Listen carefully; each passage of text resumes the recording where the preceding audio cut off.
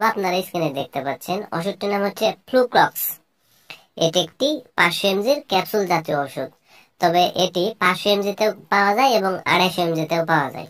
আর এই ওষুধটির উপাদানের মধ্যে রয়েছে ফ্লুক্লক্সাসিলিন। আর এই ওষুধটি উৎপন্ন করেছে বাংলাদেশের সুনামধন্য ওষুধ কোম্পানি এসিআই লিমিটেড। এখন ফ্লুক্লক্স এই ক্যাপসুলটি মূলত অ্যান্টিবায়োটিক গ্রুপের একটি ওষুধ। আর এই ওষুধটির কার্যকারিতা বলতে গেলে ত্বকের সংক্রমণে ওষুধটিকে ব্যবহার করা হয়।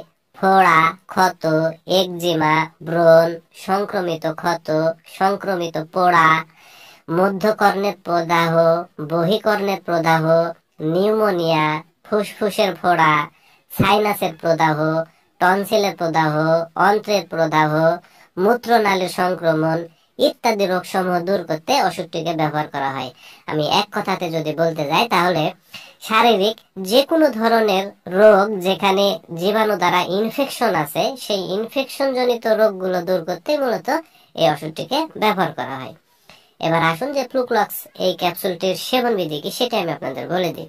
তো ওষুধটির সেবন বিধি বলতে গেলে বিশেষ করে যারা প্রাপ্তবয়স্ক তাদের ক্ষেত্রে 250 mg অথবা 500 mg একটি করে ক্যাপসুল 6 ঘন্টা পর পর সেবন করতে হবে 7 থেকে 10 দিন। আর পেনিসিলিনের প্রতি যে সকল রোগীদের অত্যন্ত সংবেদনশীলতা রয়েছে সেই সকল রোগীরা কিন্তু ফ্লুক্লক্স এই ক্যাপসুলটি সেবন করতে পারবে না। আর ফ্লুক্লক্স এই ক্যাপসুলটির পার্শ্ব প্রতিক্রিয়া